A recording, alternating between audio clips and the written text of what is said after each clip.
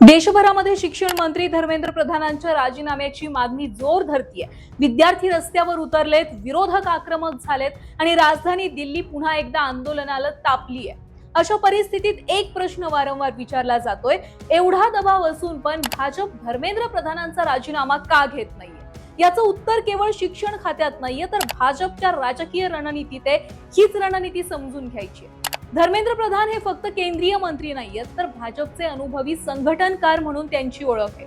विद्यार्थी संघटनांपासूनच त्यांनी राजकीय प्रवास सुरू केलाय आणि पक्ष संघटना उभी करण्यामध्ये त्यांनी सातत्यानं काम केलंय।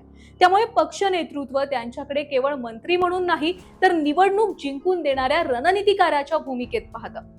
भाजपमध्ये मंत्रीपद अनेकदा केवळ प्रशासकीय कामासाठी दिलं जात नाही, तर पक्षासाठी कठीण राज्यांमध्ये संघटना उभी करणाऱ्या आणि निवडणुकांमध्ये यश मिळवून देणाऱ्या नेत्यांना भाजप मोठी जबाबदारी देतं। प्रधान हे त्यापैकीच एक मानले जातात। बिहार, झारखंड आणि उत्तर प्रदेश सारख्या राज्यांमधील निवडणूक तयारीत त्यांनी महत्त्वाची भूमिका बजावलेली होती, असं पक्षातील नेते सुद्धा चांगलंच मान्य करतात। मात्र त्यांच्या राजकीय कारकिर्दीतील सर्वात मोठं उदाहरण म्हणजे ओडिशा। अनेक वर्ष संघटन मजबूत करण्यासाठी त्यांनी सातत्यानं काम केलं। त्याचाच परिणाम 2024 मध्ये दिसला, जेव्हा भाजपनं ओडिशामध्ये लोकसभा निवडणुकीत चांगली कामगिरी केली आणि अगदी पहिल्यांदाच विधानसभेत सुद्धा ओडिशातून स्पष्ट बहुमत मिळवलं, सत्ता स्थापन केली, ते केवळ प्रधानांमुळे। अर्थात या विजयाचं श्रेय फक्त प्रधानांना देऊन चालणार नाही। केंद्रीय नेतृत्व, स्थानिक नेते, कार्यकर्ते आणि त्यावेळची राजकीय परिस्थिती ही पण तितकीच महत्त्वाची आहे। त्यामुळे धर्मेंद्र प्रधान यांना भाजप सहजपणे बाजूला करणार नाहीये। पक्षाच्या दृष्टीने ते अजून सुद्धा उपयुक्त आणि प्रभावी नेते मानले जातात।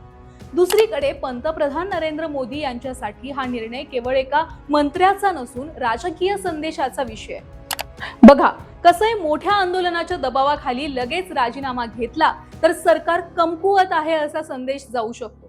त्यामुळे सरकार परिस्थितीवर लक्ष ठेवून पुढचा निर्णय घेण्याची शक्यता ही अधिक आहे। तरी सुद्धा एक गोष्ट तितकीच महत्त्वाची आहे, प्रधान हे भाजपचे नेते असले तरी ते देशाचे शिक्षण मंत्री आहेत। त्यामुळे जनतेचा रोष वाढत गेला, आंदोलन अधिक तीव्र झालं आणि सरकारवर राजकीय दबाव वाढला तर परिस्थिती बदलू शकते। अशा वेळी सरकारला राजकीय नुकसान टाळण्यासाठी कठोर निर्णय हा घ्यावाच लागू शकतो।